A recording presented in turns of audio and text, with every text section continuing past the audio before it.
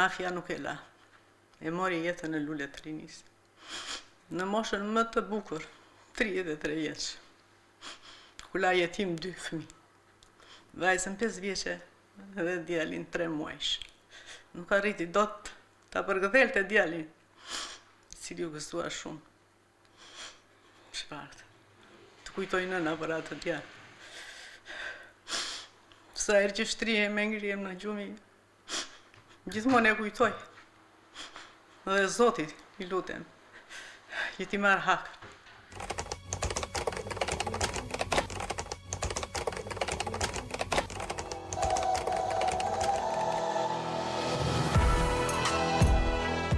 Pamje makabër, mbasi si asnjëherë tjetër e transmetuar nga mediat, është parë nga ekrani televizionit që nga zyrat e presidentit të Republikës dhe kryeministrit deri tek shqiptari më i fundit. Dhimbja e thellë, jo thjesht për humbjen e jetës së një njeriu të ligjit, por më tepër për mënyrën barbare të ekzekutimit, preku çdo shqiptar që e ka parë, qoftë edhe një herë të vet me skenën e denjë për filmat hollywoodian kushtuar mafias. Flakët dhe tymi i zi që dilnin nga ajo që mbeti prej gjyqtarit të gjykatës së Vlorës janë akuza më e fortë ndaj agjensive ligjzbatuese shqiptare. Ajo datë për mua është data më tragjike e jetës time. Ai erdhi në mëngjes atë ditë, nxitonte se kishte një gjyq në orën 9 dhe më tha hajde mami mbyllni derën, portën e jashtme. Mori makinë dhe u nis. Kur ç'të dëgjoni? Na miri në telefon njerëz se ne në atë kohë televizorin nuk e kishim hapur. Dhe na thoshin çfarë, si jeni, si? Mirë jemi të gjithë. Ishja bashkë me nuse në shtëpi. Mirë jemi, po na çuditesh, çfarë është? Më në fund pastaj pam që po na vinin njerëz shumë. Ç'a na ka ndodhur? Atëherë e kuptuam. Çfarë të them? Humbjen më të madhe. Pat djalin. Më thanë që është plagosur. Por ai ishte soptua në atë mënyrë. Mafia. Ne kishte marrë jetë rrugës për të vajtur për në punë. Karriera vetëm 5 vjeçare e magjistratit Skerdilajt Konomi, baba i 2 fëmijëve të mitur, ishte aq modeste, sa nuk gjendet asnjë shkak për ta justifikuar, qoftë edhe një grim atë që atij i ndodhi. Shteti shqiptar, që nga themelimi i tij, nuk ka parë kurrë në historinë e vet një ngjarje të tillë në të shkuarën, ku objektivi i krimit të jetë një gjyqtar. Kur kanë kaluar plot 4 vite nga ajo ngjarje e rëndë, familja Konomi, 2 fëmijët e tij tashmë të mbetur jetim, nuk kanë ende asnjë përgjigje për autorët e asaj masakre të pashembullt. E gjithë elita politike e vendit, nga presidenti i Republikës deri tek prokurori i përgjithshëm, qëndrojnë sot gojkyçur para kësaj tragjedie. Për më tepër, askush prej tyre nuk ka patur kurajon dhe guximin të kërkojë hetimin e asaj ngjarje. Mbajtja në heshtje e asaj që i ndodhi gjyqtarit Konomi është fytyra e vërtet ku është katandisur autoriteti i shtetit dhe sidomos drejtësisë shqiptare. Dallëndysh Konomi, nëna e gjyqtarit të vrarë, nuk i harron premtimet e shumta që i bën drejtuesit më të lartë të shtetit një ditë pas masakrës. Ndërsa shehet tek rriten pa baba 2 fëmijët e vegjël të Skerdilajtit, ajo tregon me keqardhje se sa i zhgënjur ka mbetur nga ditët dhe vitet që kanë pasuar pa djalin e saj të vetëm. Çdo vrasje është barbare në vetvete, por mënyra e ekzekutimit të vrasjes së gjyqtarit Konomi është një shembull tipik i veprimit të krimit organizuar, krimet cilin shteti, punojësit përballen çdo ditë. Sot nuk ka kufi nga kjo ngjarje jashtëzakonisht tragjike që ka ndodhur sot në Vlorë. Sot dora e krimit nuk ndërpreu vetëm jetën e një qytetari të devotshëm, nuk ndërpreu vetëm jetën e djalit të mrekullueshëm, Skerdilajt. Dora e krimit sot goditi mu në zemër shtetin e së drejtës, goditi mu në thelbin e tij ekzistencën e shtetit. Ky akt është në vazhdën e disa ngjarjeve, atentateve dhe veprave të dhunshme kundër gjyqësorit përgjatë viteve të fundit, duke përbërë një rast të paprecedent në historinë e drejtësisë shqiptare që nga koha e Ismail Qemalit, kur tentohet dhunshëm dhe merret jeta e një funksionari publik. Shqipëria synon të jetë pjesë e Bashkimit Evropian dhe të jetë në udhën e Brukselit dhe jo në Sicilinë e 50 viteve më parë, ku drejtësia gjunjëzohet përballë veprave mafioze dhe krimit organizuar. Presidenti i Republikës dhe kryeministri kanë qenë të parët që kanë marrë vesh lajmin e kopshëm të vrasjes së tij. Por ndërsa kanë shprehur keqardhjen me deklarata publike, nuk kanë marrë pjesë në funeralin e ekonomit. Ceremonia mortore e magjistratit, babai i dy fëmijëve të mitur dhe homazhet në teatrin Petro Marko të Vlorës nuk janë organizuar apo marrë përsipër as nga presidenca, as nga Këshilli i Lartë i Drejtësisë, as nga qeveria, as nga konferenca gjyqësore. Të gjitha këto institucione që përbëjnë kupolën drejtuese të shtetit shqiptar, që nuk i lënë qoftë edhe një vdekje natyrale pa ja marrë përsipër organizimin e ceremonisë mortore dhe shpenzimet funerale, nuk dihet për çfarë motivesh dhe arsyesh harruan ta bënin të njëjtën gjë edhe me gjyqtarin Konomi. Në fund të fundit askush më shumë se një gjyqtar që u masakrua barbarisht teksa shkonte në detyrë, nuk e meriton të ketë një funeral serioz të organizuar nga shteti. Në këto kushte, ceremonia mortore e një përfaqësuesi të ligjit u mor përsipër nga gjykata e faktit të Vlorës, institucioni ku ai punonte dhe Bashkia e Vlorës. Një shtet ligjor, i cili nuk mund të garantojë jetën e gjyqtarëve, nuk mundet të jap garanci për jetën e qytetarëve të thjeshtë. E qytetarëve të tij dhe nuk mundet të garantojë dhënien e drejtësisë nga ata të cilët kërcënohen me jetë dhe humbasin jetën rrugëve të Shqipërisë. Ne kërkojmë që kjo çështje të trajtohet me prioritet maksimal nga organet e hetimit dhe të gjenden dhe vendosen përpara drejtësisë autorët e kësaj masakre kriminale. Një javë pas atentatit mafios që tronditi jo vetëm Vlorën, por gjithë Shqipërinë, familjarët, kolegët, miqtë dhe bashkëqytetarët të gjyqtarit Skerdilajt Konomi u rikthyen sërish aty, ku ndaloi së rrauri zemra e magjistratit 33 vjeçar. Ky kortezh i organizuar në formën e një proteste për betejën e radhës që krimi sapo kishte fituar ndaj drejtësisë dhe autoritetit të shtetit, u mundua të risjellë edhe një herë në vëmendjen e agjencive ligjzbatuese premtimin se vrasësit e Konomit do të ndëshkoheshin në kohë rekord. Në fakt, pavarësisht premtimeve të një pasnjëshme të përfaqësuesve të lartë të shtetit dhe policisë, duket ende e largët dita kur ekzekutorët e gjyqtarit Vlonjat të vijen në bankën e të akuzuarve. Ky akt mafioz është një goditje për sistemin e drejtësisë, një sulmi drejt për drejt dhe i egër i cili duhet të sjellë reflektim të menjëhershëm të shtetit për veprimet e menjëhershme që duhet të ndërmerren në të ardhmen në mbrojtje të sigurisë së jetës së gjyqtarëve. Të premten e kaluar ka ndodhur një ngjarje jashtëzakonisht e rëndë. Një njeri, një gjyqtar, një punojës i ligjit, një qytetar në moshë të re, u hodh në erë dhe humbi jetën. Me një krim që ishte ndërtuar të ishte si një mesazh kriminal për të gjithë qytetarët e këtij vendi. Ky ishte një krim jashtëzakonisht i rëndë, që pavarësisht motivit është një shpërthim që tronditi dhe vrau shumë kënd tjetër. Gjithë kënd që e di se në Vlorë ishte dora që ndezi shpërthimin, por që mina ishte kurdisur diku tjetër. Çfarë ndodhi në atë premte të zezë? Ishte një atentat mafioz në qëllim, në mënyrën e organizimit dhe në ekzekutimin e tij. U godit drejtësia, u synua të jepet një leksion ogurzi gjithë atyre që guxojnë të cënojnë interesat e mafjes. Mund të kishte ndodhur ky krim edhe në errësirën e Rrugicës, apo të shtëpisë së magjistratit Konomi, kur ai hynte dhe dilte normalisht prej saj. Të paktën 2 herë banditët kishin qenë në oborin e shtëpisë së tij, por ata nuk e kryen krimin. Pritën të zbarte drita, të dilte dielli, pritën që ai të dilte në bulevardin kryesor të qytetit për të realizuar goditjen fatale, për të treguar se ata nuk kanë frikë dhe se gjithkush duhet i ketë frikë ata.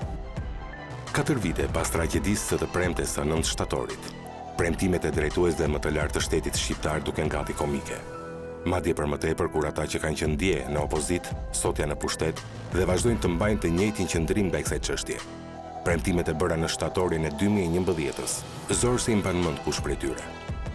media, por dhe shumë njerëz të thjeshtë dhe jo vetëm në Vlorë, konsiderojnë si autor të mundshme mafjen e tokave, edhe pse i mbetet drejtësisë që t'i vërë përfundimisht emrin autorëve dhe frymëzuesve të tragjedisë. Nuk jam as pak i befasuar nga ky perceptim dhe gjykim dominues. Gjithkush e di se si vepron dhe se si gjallon mafja e tokave. Mafja që të kërkon kontratën e parablerjes, para dhe si kusht që të bëj regjistrimin në hipotekë. Mafja që po nuk i hape rrugë, duhet i nështrohet dilemës, o tokën, o kokën.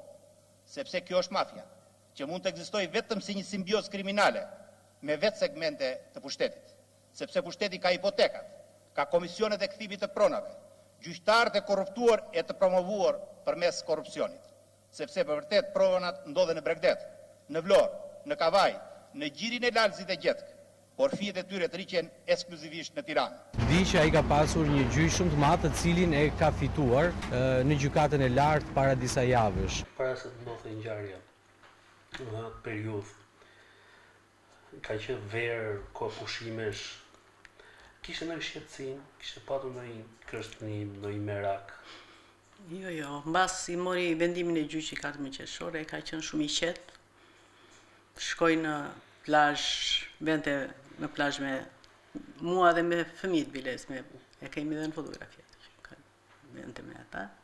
Ai atë periudhë u bë i gatshëm, si gjyqtar i gatshëm, me qenë se unë ta nuk dilte dot për të dalë jashtë nga Vlora, për të kaluar pushimet me të shoqen, sepse ishte postalin, do të thonë ishte e vogël fëmia, dhe qëndroi atë periudhë i gatshëm.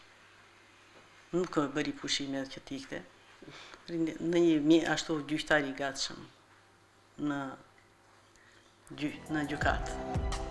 Dallëndysh ekonomi tregon me trishtim se si u shuan shpresat e mëdha për zbulimin e vrasësve të birit, pas ndërrimit të pushtetit në 2013. E zhgënjur nga ish-mazhoranca e djathtë, e cila kishte përgjegjësinë direkte për mos garantimin e jetës së Skerdila Ekonomit. Nëna e gjyqtarit të vrarë thot se tentoi të kontaktonte që nga kryeministri Rama e deri tek ministri i Brendshëm Sajmir Tahiri, por dhimbja e saj mbeti pa shërim. Jeta e djalit të saj vazhdon të mbetet e humbur kot. Në momentin që ndodhi fatkeqësia, në fashën e parë që ju vizituan shumë nga personalitetet e vendit. U premtuan që do ta zbulonin të vërtetën, do ta zbarthin dhe çfarë qëndrimi kanë mbajtur deri sot. Duke patur parasysh që janë ndryshuar edhe palët që nga e kohë. Unë të falderoj që më bëre këtë pyetje, sepse ne na erdhën në shtëpi nga kjo qeveri që është sot, dhe kisha shumë shpresa te kjo, se tek ajo të thash që ishin formuar gabim kryeministri asaj kohe dhe nuk prisja as nga ministrat, as nga hipotekat, as nga gjë kudo që venim, trokisnim, na buzëqeshin, por s'na marronin asnjë punë. Dhe mendova që do ndryshoj gjithë kjo. Falk, kisha shumë shpresa. Ata na erdhën para se bëj rotacioni i qeverisë, na erdhën kryetari i ligjeve, Komisioni i ligjeve. Komisioni e Fatmir Xhafa, Pandeli Majko, Subashi, dikush tjetër për momentin. Erdhi edhe ky Eltar Deda i partisë tonë këtu, ishte socialistës të vlorë. Dhe na premtuan edhe na thanë që Fatmir Xhafa tha që dokumentat e tuaj kanë parë nëpërmjet një gjyqtari, i cili ishte kryetari i seancës, si quhet ai, i lektori kryesor. Relatori, si quhet, kryesori i asaj, dhe tha që dokumentat tuaj ishin edhe çuditshëm si se kishim marrë neve. Ne vazhdojmë akoma dhe 2 vjet. Akoma s'kemi marrë asgjë. Dhe na thanë që po të vim në pushtet, ne do bëjmë punën tonë, do luftojmë, e tani ai sa mundemi. Në mëngjesin e të premtes së 9 shtatorit, 33 vjeçari Skerdila Ekonomi doli si çdo ditë nga banesa e tij, pranë zonës së ujit të ftohtë, për të shkuar në punë. Ai incitonte për të qenë në kohë në zhvillimin e një procesi gjyqësor që e kishte pa të ditë. Për të përshkruar sa më shpejt rrugën gjithë gropa, ai vendosi të shkonte në punë me autoveturën e vjetër, tip Mercedes-Benz 250 me targa VL 6383B, të cilën e kishte patur të parkuar në oborrin e banesës private. Në atë kohë erdhi policia, erdhën prokuroria, pyesnin janë si ndodhi. Ati para 2 ditësh që kishin shpuar makina. E mirë, që e mbante vetë. Edhe mendoj se dhe të shpuar rrugës, si shkoj mendja, sepse nuk ishte bërë të këqija. Dhe nuk i vajti mendja që kjo do i kushtonte shumë shtrenjtë. Ju thatë që 2 ditë para, gomat e makinës re, sepse i përdorte 2 makina. Po, të 2 makina. Njëra nga gomat, domethënë ka qenë e dëmtuar. Nëse kujtoni e ka çuar, domethënë si e ka konstatuar dhe e ka çuar vetë në servis makinën apo ka qenë dikush tjetër që shmarrë? Jo, ai kur u shpyra goma që vetë, provoi të nisë makinën, makina nuk po ashtu çarka, edhe doli deri nga porta, e pa që nuk kalohesh ajo dhe u kthye prapë, e futi dhe e ndroi gomën vetë. Nuk do me thënë se së çudi që mund të kishte marrë po atë makinë tjetër që do të kishte ikur po para 2 ditësh, se ata ishin nisur për atë punë me sa doli më vonë. Edhe mori makinën, e ndroi gomën vetë, edhe unë nisë e çoi në servis vetë, pastaj vajti në gjykatë. Po ishte i shqetësuar, u kishte bërë muhabet edhe me shokët e tij me 1-2 gjyqtar. U kishte thënë ore kështu më ndodhi. Të jetë ajo rruga e keqe, ndonjë fëmijë, ndonjë kështu i afërm aty për të gacmuar, nuk i vajti mendja që ky ishte një organizim. Autorët e krimit e kishin planifikuar me detaje atentatin. Ata kishin dëmtuar makinën e re të cilën Konomi e përdorte shpesh, duke i qarë gomat. Me sa duket ata ishin më të sigurt për ta kryer atentatin me automjetin e vjetër.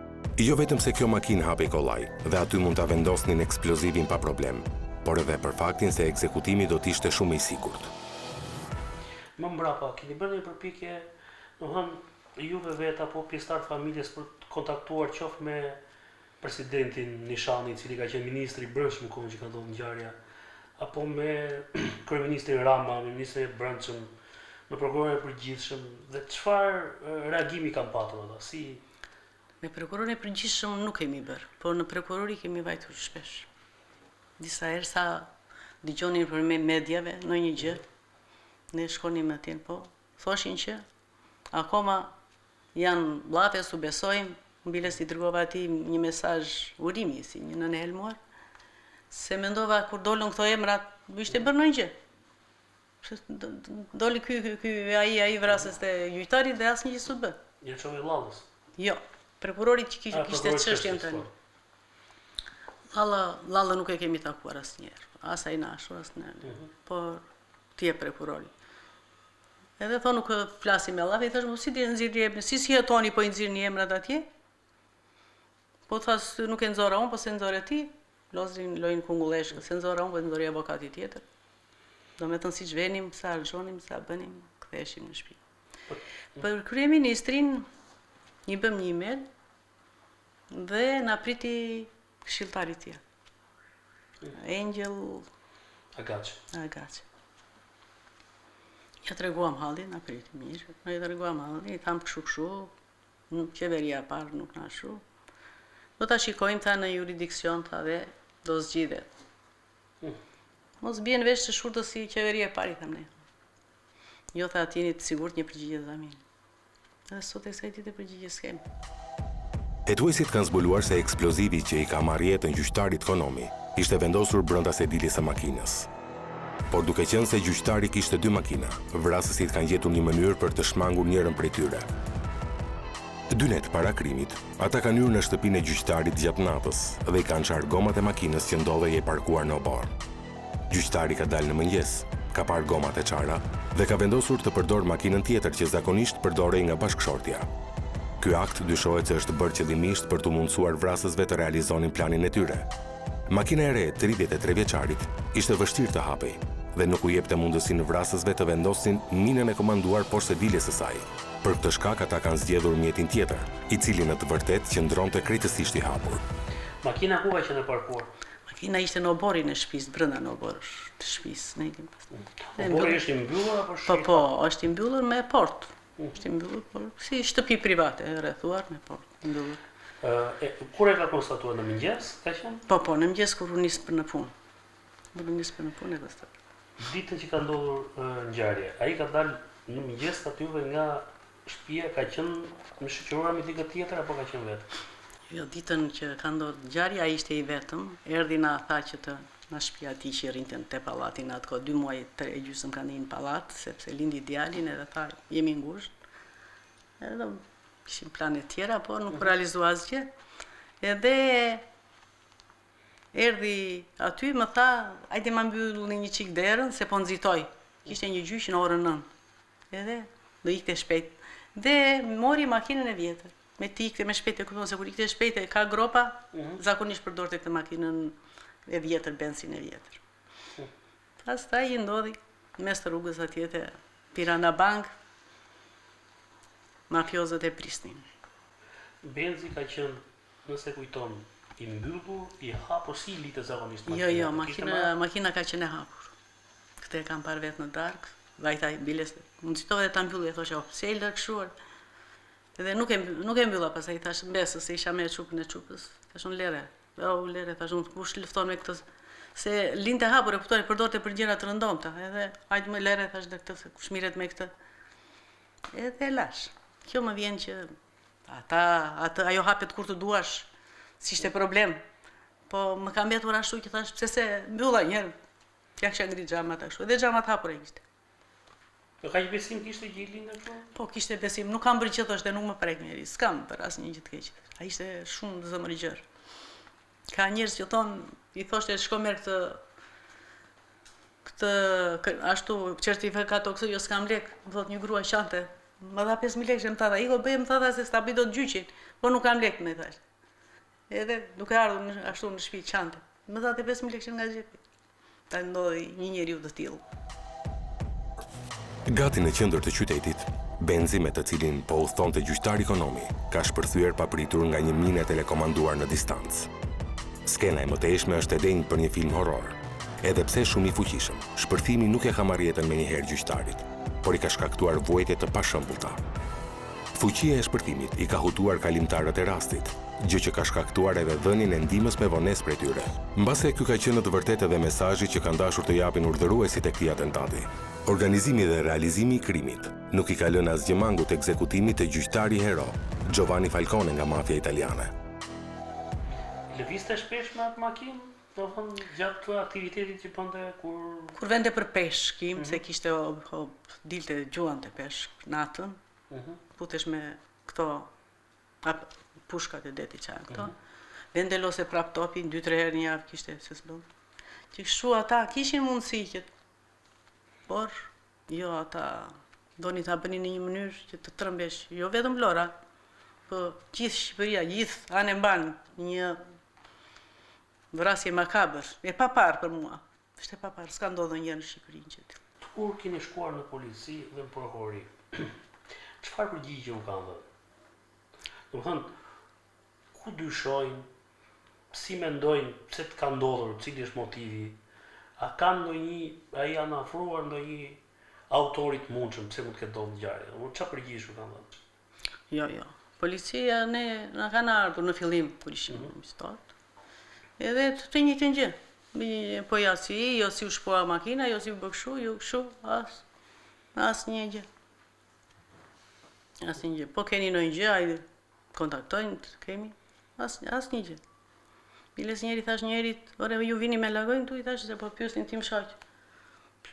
Thashëm pse vini me lagojnë, ju thashën se një gjë të pyete bën. Ju i dini ato që po kemi thënë, sa do themi ne treja, ju duhet të thoni, thash, jo ne. Ne ju i dini thash, çfarë do themi ne? Ne ato ditë ato ndodhi. U shpua goma, u bë kjo, çfarë dim tjetër ne? 2 pleqën çfarë do dim tjetër. Ata na thoshin jo kështu po kështu. Domethënë kot, edhe gjurmët me aqsa se ne nuk flem rahat, nuk na zgjumi. Na vin fjalët e tilla sikur na thotë më kërkoni ku jam. Edhe i themi atij, ne kërkojmë nga ju kërkoni nga ne për të gjetur ato gjurmët. Edhe gjurmët me sa kemi parë ne i kanë zhdukur policia shtetit. Domethënë policia sa i kohe nuk bëri asnjë përçapje. U duk sikur do bënte gjë, por në të vërtetë nuk bëri asgjë.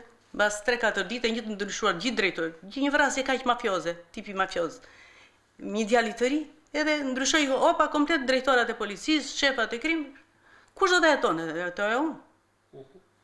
komplet në një situatë kaq.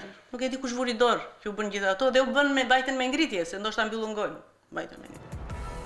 Vrasësit mund ta ekzekutonin konomin më lehtë dhe pa tërhequr vëmendjen e gjithë shqiptarëve afër banesës së tij që ndodhej në periferi të Vlorës. Mund ta ekzekutonin ditën apo natën, kur ai dilte i vetëm për peshk apo për të luajtur në kalçeto. Por ata zgjodhen pikërisht qendrën e qytetit, madje në një nga orët më të populluara të ditës.